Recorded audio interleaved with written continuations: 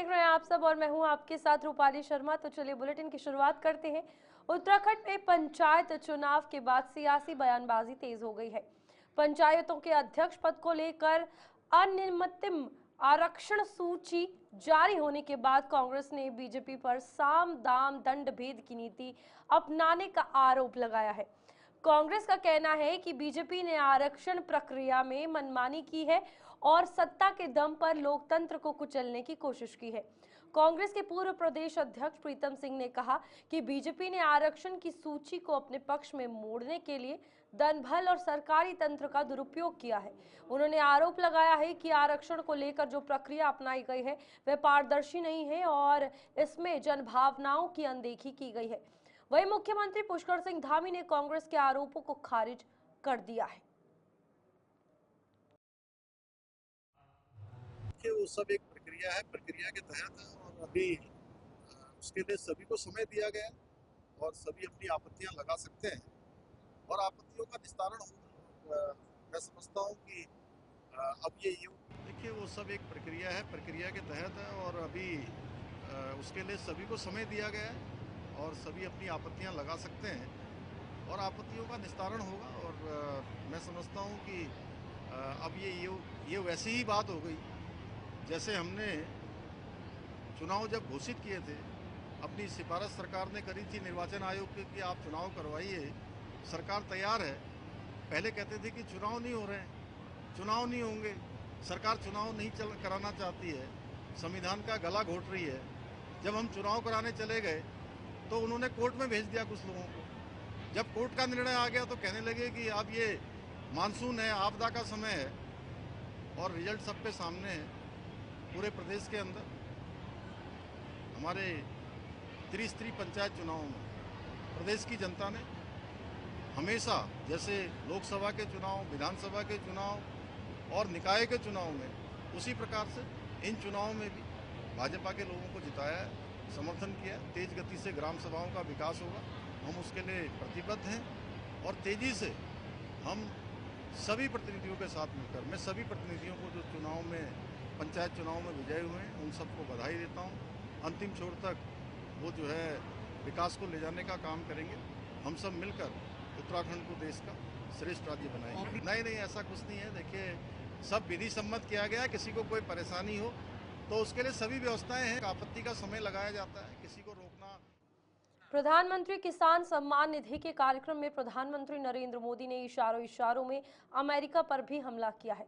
प्रधानमंत्री ने make in India पर फिर से जोर दिया है। इस मामले पर उत्तराखंड के मुख्यमंत्री पुष्कर सिंह धामी ने प्रतिक्रिया दी है। उन्होंने कहा है कि प्रधानमंत्री दूरदर्शी सोच के व्यक्ति हैं। वे जानते हैं कि भारत खुद के पांव पर जब खड़ा होगा तभी मजबूत और विकसित होगा। अमेरिका ने जिस तरह से टैरिफ बढ़ाया है उसके बाद प्रधानमंत्री का यह बयान देश को मजबूत करने वाला और आत्मनिर्भर बनाने वाला है।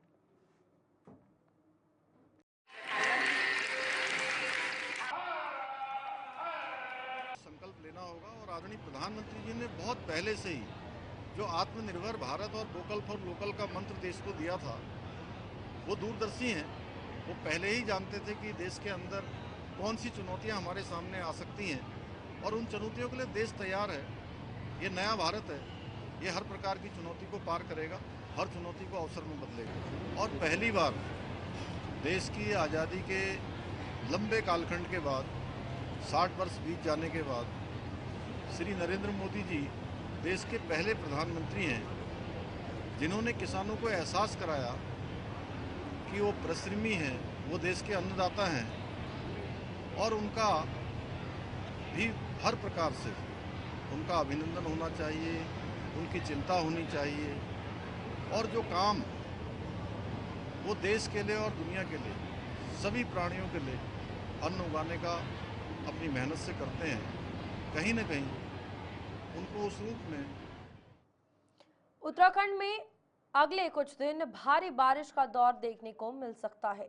दरअसल मौसम विज्ञान केंद्र देहरादून के वैज्ञानिक रोहित थपलियाल ने बताया कि 2 से 5 अगस्त तक प्रदेश के अधिकांश जनपदों में हल्की से मध्यम बारिश होगी। उन्होंने बताया कि देहरादून, टिहरी, पौड़ी, नैनीताल, बागेश्वर, उधम सिंह नगर जिले में भारी बारिश की संभावना है।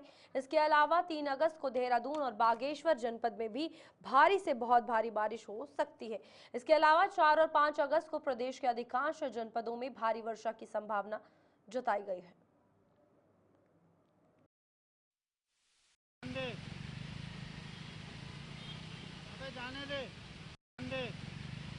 नमस्कार, मैं मौसम केंद्र देहरादून से बोल रहा हूँ।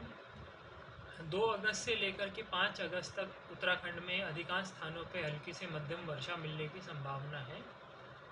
और भारी वर्षा की बात करें तो 2 तारीख को उत्तराखंड के देहरादून, टिहरी, पौड़ी, नैनीताल, बागेश्वर या उधम सिंह नगर जनपद है, यहाँ पर कहीं कहीं भारी वर्षा मिल सकती है। 3 तारीख को जो है उत्तराखंड में देहरादून और जनपद है, वहाँ कहीं कहीं भारी से लेके बहुत भारी वर्षा मिलने की संभावना है। जबकि जो उत्तरकाशी, रुद्रप्रयाग या टिहरी है, नैनीताल जनपद है, यहाँ कहीं कहीं भारी वर्षा मिलने की संभावना है। 4 तारीख से जो है वर्षण में वृद्धि की संभावना है। 4 और 5 तारीख को जो अधिक वर्षा के कारण जो चेतावनी है वो ऑरेंज कलर में भी दी गई है। तो 4 तारीख को जो कुमाऊं क्षेत्र है, उनके जनपद है, वहाँ पर कहीं कहीं भारी से बहुत भारी वर्षा मिल सकती है, विशेषकर बागेश्वर, नैनीताल, चंपावत जनपद है। ऐसे जो गढ़वाल क्षेत्र है, वहाँ पर कहीं कहीं भारी वर्षा मिलने की संभावना है। 5 तारीख को जो उत्तराखंड के देहरादून, टिहरी, पौड़ी, नैनीताल, चंपावत या बागेश्वर जनपद है, वहाँ कहीं कहीं भारी से बहुत भारी वर्षा मिल सकती है। जबकि जो अन्य मैदानी और पर्वतीय जनपद है, वहाँ पर कहीं कहीं भारी वर्षा मिलने की संभावना है। तो अभी जो मेन एक्टिविटी 4 और 5 तारीख को लग रही है, जिसके कारण जो वर्षण में वृद्धि की संभावना है, तो इसके कारण देख सकते हैं कि कहीं कहीं जो है लैंडस्लाइड हो सकती है या नदी नालों में जल स्तर अचानक से वृद्धि हो सकती है। सेटलमेंट्स इन क्षेत्रों में रह रहे हैं, वल्नरेबल एरियाज़ में, लैंडस्लाइड प्रोन एरियाज़ हों या नदी नालों के आसपास, तो उन्हें विशेषकर सतर्क रहने की आवश्यकता है। देहरादून महापौर सौरभ थपलियाल ने सुबह सवेरे रायपुर विधानसभा के अंतर्गत वार्ड 52 अजबपुर सरस्वती विहार में भ्रमण कर साफ सफाई व अन्य स्थलीय व्यवस्थाओं का औचक निरीक्षण करते हुए सफाई की व्यवस्था का अवलोकन किया और मौके पर उपस्थित वार्ड में कार्यरत सुपरवाइजर को साफ सफाई की व्यवस्थाओं को सुचारू बनाए रखने के लिए आवश्यक दिशा निर्देश दिए। साथ ही हाजिरी रजिस्टर देखकर अनुपस्थित कर्मचारियों का अनुपस्थित होने का कारण मांगा। इस अवसर पर स्थानीय पार्षद सोहन रोतेला बच्चों व युवा साथियों के साथ संवाद भी किया।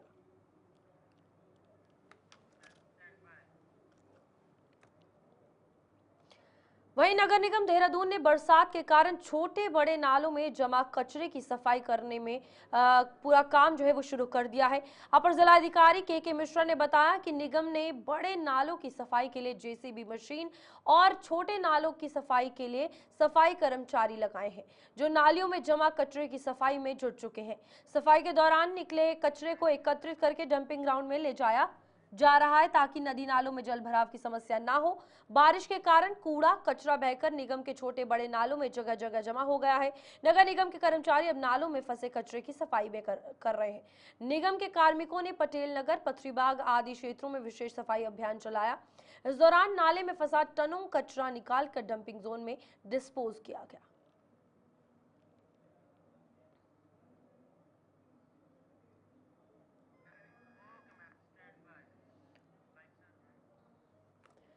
देहरादून जिलाधिकारी सवीन बंसल की पहल से आपदा एवं बाहरी आक्रमण के दृष्टिगत जनमानस को अलर्ट करने के लिए राज्य में प्रथम बार जनपद देहरादून में आधुनिक लॉन्ग रेंज इमरजेंसी सायरन स्थापित किए गए हैं और जिनका सफल ट्रायल पूर्ण हो चुका है और फाइनल कमीशनिंग चल रही है।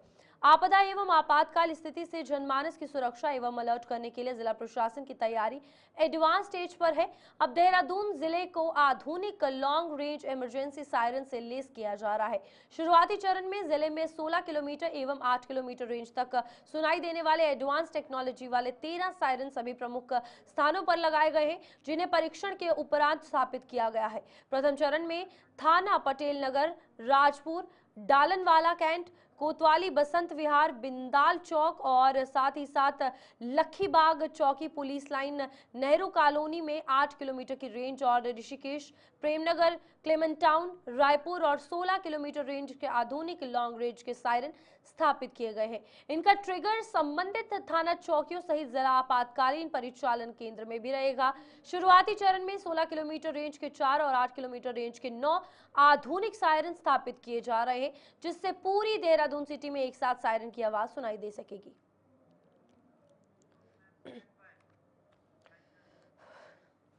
एम्स रोड पर बाबा काली कमली बगीचे के बाहर खाने पीने की ठेलियां हटाने से एम्स में भर्ती मरीजों के तीमारदार परेशान हैं। तीमारदारों को सस्ता और स्वच्छ भोजन उपलब्ध नहीं हो पा रहा है। मजबूरी में मरीजों के तीमारदार सड़क पर बैठकर खुद ही खाना बनाने को मजबूर दिखाई दे रहे हैं। एक ऐसी ही वीडियो हमारे मोबाइल के कैमरे में कैद हुई है, जहां पर वीडियो में आप आसानी से देख सकते हैं कि एक बूढ़े माता पिता सड़क पर अपने खाने पीने का इंतजाम कर रहे हैं। जब उनसे इस बारे में पूछा गया कि इस प्रकार से सड़क पर खाना बनाने की वजह क्या है, तो ये वजह सामने आई कि वह बेहद ही चौंकाने वाली थी। जहां बूढ़े बाप ने बताया कि उनकी बेटी एम्स में इलाज के लिए भर्ती है और वह बहुत गरीब परिवार से है। खाने पीने का सस्ता संसाधन एम्स के आसपास कुछ भी नहीं है, इसलिए मजबूरी में वह सड़क पर बैठकर अपने लिए खाना बनाकर पेट भरने की कोशिश कर रहे हैं। बता दें कि काली कमली बगीचे के बाहर कुछ समय पहले तक खाने पीने की सस्ती और स्वच्छ भोजन की ठेलियां लगती थी। इन ठेलियों को अतिक्रमण बताकर नगर निगम ने हटा दिया और ठेलियों के हटने से एम्स में भर्ती मरीजों के तीमारदार काफी अब परेशान हो चुके हैं।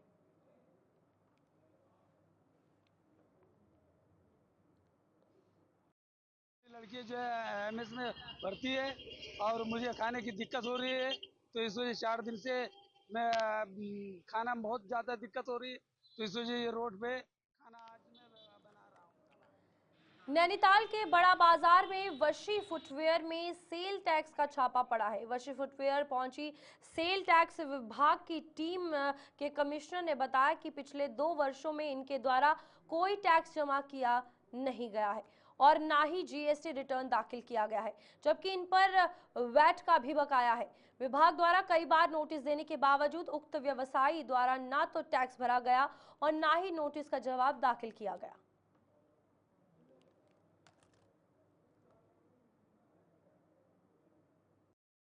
नहीं दे रहे हैं और इनकी वैट में भी बड़ी बकाया। हम बहुत बार इनको नोटिस भी भेज चुके हैं कि अपना ये ना स्वयं उपस्थित होते हैं, ना हमारा टैक्स दे रहे हैं, ना जीएसटी के रिटर्न दाखिल कर रहे हैं, जबकि इनका व्यापार बड़ा विधिवत चल रहा है।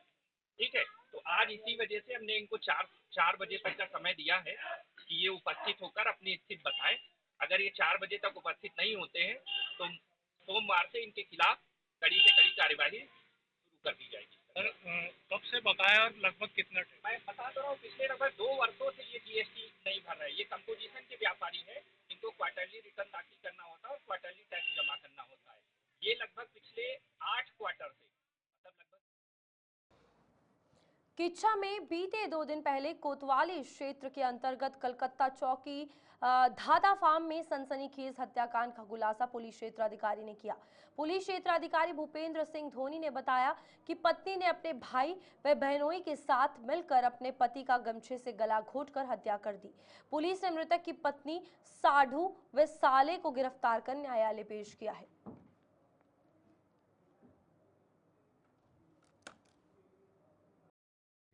दिन में कि एक व्यक्ति की बॉडी धादा फार्म में थी और उसको घर उठा के ले गए हैं, अंतिम संस्कार की तैयारी कर रहे हैं। एक सूचना किसी अज्ञात व्यक्ति द्वारा गई थी। चौकी इंचार्ज हमारे वहाँ मौके पे गए, सबको कब्जे में लिया, पोस्टमार्टम कराने को भेजा गया।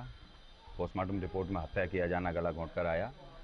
31 की रात को ही मृतक की पत्नी के द्वारा एक एप्लीकेशन लिखवाई अज्ञात के खिलाफ। दौरान विवेचना स्पष्ट हुआ कि मृतक की पत्नी, उसकी लड़की और दामाद, इन तीनों ने मिलकर के मृतक कमलेश के शराब पी करके इनके साथ मारपीट करना, झगड़ा करना आए दिन ये होता था। तो तत्कालिक रूप से उस समय ज़्यादा इनका झगड़ा बढ़ा, तो इन्होंने उसकी गला घोंट के हत्या कर दी और प्रयास किया इन्होंने उसको कि पहले अमरूद के फार्म में छिपाएं, फिर सुबह 5 बजे उसको छुपा दिया था, सुबह 5 बजे उठा के घर पे लेके आए, लेकिन ये अपने प्रयासों में सफल नहीं हो पाए। अगर वो सूचना हमें ना मिलती, निश्चित तौर पे इसका अंतिम संस्कार कर देते। सर पुलिस जांच में सर क्या जानकारी सामने पुलिस जांच में इनके द्वारा जो पूछताछ करी, अन्य सीसीटीवी फुटेज देखे गए, गांव वालों से गोपनीय रूप से पूछताछ करी, तो ये तथ्य आए प्रकाश में मिले जुले रूप में कि ये हरदोई का रहने वाला था मृतक। पिछले 1 साल से अपने ससुराल में रह रहा था और अक्सर शराब पी के घर में झगड़ा इनका होता था। तो उस दिन अचानक ऐसा प्रकोपन बढ़ा तो इन्होंने मिलकर के उसकी सोच समझ करके अंगोछे को रस्सी का रूप देके गला घोंट के हत्या कर दी। मैं कप्तान साहब की तरफ से 2500 रुपये का इनाम देने की घोषणा की गई है और आज माननीय न्यायालय के समक्ष इन लोगों को प्रस्तुत किया जाएगा। देहरादून के कुख्यात भूमाफिया दीपक मित्तल पर धोखाधड़ी का एक और मामला दर्ज किया गया है। आरोप है कि मित्तल ने रेसकोर्स निवासी आर्यन वालिया के पिता को झांसा देकर उनकी करोड़ों रुपए की जमीन अपनी कंपनी पुष्पांजलि रियल्स एंड इंफ्राटेक को दिलाई और निदेशक बन गया। इसके बाद 2019 में कंपनी के खातों से करोड़ों रुपए अपने साथियों के खातों में ट्रांसफर कर फ्लैट खरीद दिखाया, लेकिन असल में रकम हड़प ली गई है। वादी आर्यन वाले जी ने एक शिकायत जो है थाना राजपुर पर दी थी और जिसके संबंध में क्षेत्राधिकारी मसूरी द्वारा इसमें प्रारंभिक जांच की गई। यह प्रकरण हाउसिंग प्रोजेक्ट से जुड़ा हुआ है, जिसमें पूर्व में भी 9 मुकदमे इसमें दीपक मित्तल और उनकी पत्नी पर दर्ज है। और इसकी जब प्राथमिक जांच के बाद जो तथ्य इसमें सामने आए, जो वादी द्वारा कहा गया कि विभिन्न अकाउंट में इस कंपनी में इन्वेस्टमेंट के नाम पर जो मनीष गर्ग और मनीष गुप्ता नाम के 2 लोग हैं, जिनके द्वारा अपने अकाउंट में पैसे लिए गए थे विभिन्न समय में, जो करीब टोटल 7 करोड़ करीब पैसे जो अलग अलग लिए गए थे इन्वेस्टमेंट के नाम पर, उन पैसों को जो है इन्होंने गबन करके कंपनी के द्वारा और वापस जो है मनी लॉन्डर करके अकाउंट्स में ट्रांसफर कर दिया। क्योंकि प्राथमिक जांच में जो अकाउंट्स की डिटेल प्राप्त हुई और जो तथ्य आए तो उसके आधार पर मुकदमा थाना राजपुर में दर्ज कर लिया गया। इस प्रकरण में, इस प्रोजेक्ट से प्रकरण में पहले भी पूर्व में 9 मुकदमे इसमें टोटल दर्ज हो चुके हैं। साथ ही साथ गैंगस्टर एक्ट में भी मुकदमा दर्ज है। जो अभियुक्त गण फरार है, इन पे इनाम भी घोषित है। साथ ही साथ इसमें लुकआउट सर्कुलर भी जारी किया गया है। इसमें रेड कॉर्नर नोटिस की प्रक्रिया भी जनपद स्तर से पूर्ण कर ली गई है, क्योंकि नए तथ्य इसमें प्रकाश में है। इसको लेते हुए जो भी नामजद अभियुक्त इसमें नए प्रकाश में आए हैं, उसके लिए योजना में आयोग को निर्देशित किया गया कि जल्दी से जल्दी साक्ष्य इसमें कलेक्ट करके इसमें आगे की विधिक कार्रवाई को पूर्ण करें।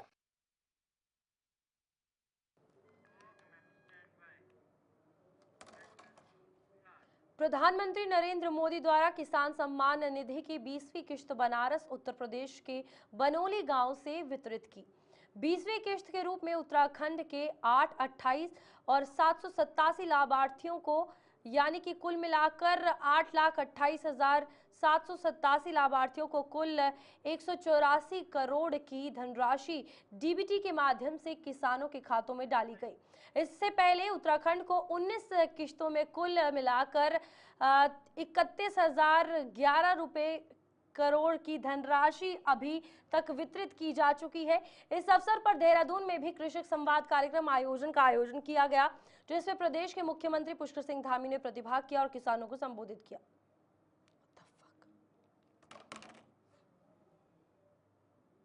80 करोड़ से अधिक की सहायता राशि वितरित की जाएगी। इसके लिए मैं आदरणीय प्रधानमंत्री जी का और आदरणीय कृषि मंत्री जी का हृदय से आभार व्यक्त करता हूं। भाइयों बहनों, आज आदरणीय प्रधानमंत्री जी द्वारा गांव, गरीब और किसान को देश की आत्मा मानते हुए संकल्पित होकर किसानों की आय को दुगना करने तथा उनके जीवन को ऊंचा उठाने के लिए आदरणीय प्रधानमंत्री जी निरंतर कार्य कर रहे हैं। आज देश भर के 10 करोड़ किसानों को प्रधानमंत्री किसान सम्मान निधि योजना के माध्यम से आर्थिक सहायता प्रदान की जा रही है। इसमें से उत्तराखंड के किसानों को करीब 3300 करोड़ रुपए से अधिक की धनराशि प्राप्त हुई है। जब एक किसान के खाते में सहायता राशि पहुंचती है तो उसे ये बोध होता है कि कोई है जो वास्तव में उसे अन्नदाता मानकर उसके सम्मान को, उसके परिश्रम को और उसके अस्तित्व की परवाह कर रहा है, क्योंकि बीते 60 वर्षों में ने भी सच्चे मन से इसमें प्रयास नहीं किया, न ही उनको उचित सम्मान दिया। इसका प्रमुख इंजन मानते हुए जहां एक और किसान क्रेडिट कार्ड लिमिट को 3 लाख रुपए से बढ़ाकर 5 लाख रुपए करने का ऐतिहासिक निर्णय लिया गया है, वहीं किसानों को प्रोत्साहित करने के साथ साथ प्राकृतिक कृषि को सिंचाई और कृषि तकनीकों के विकास पर भी सब किसानों को 20 रुपए प्रति क्विंटल का बोनस प्रदान कर रहे हैं। वहीं गन्ने के रेट में भी हाल ही में हमारी सरकार ने 1200 करोड़ रुपए की लागत से नई सेब नीति, गिविन नीति, state millet mission, dragon fruit नीति और जैसे अन्य कई महत्वपूर्ण योजनाओं को लागू किया है। इन नीतियों के तहत बागवानी को प्रोत्साहित करने के लिए किसानों को 80% तक की सब्सिडी प्रदान की जा रही है। यही नहीं, हमारी सरकार ने राज्य में विभिन्न योजनाओं और नीतियों को सफलतापूर्वक लागू किया है, जिससे आज प्रदेश के किसानों का समग्र विकास सुनिश्चित हो रहा है। इसी का परिणाम है कि नीति आयोग भारत सरकार के सतत विकास के लक्ष्यों को प्राप्त करने में हमारा पूरे राज्य के, पूरे देश के अंदर। चलिए अभी के लिए बुलेटिन में इतना ही। खबरें आगे भी जारी रहेंगी, आप देखते रहिए गुलिस्तान न्यूज।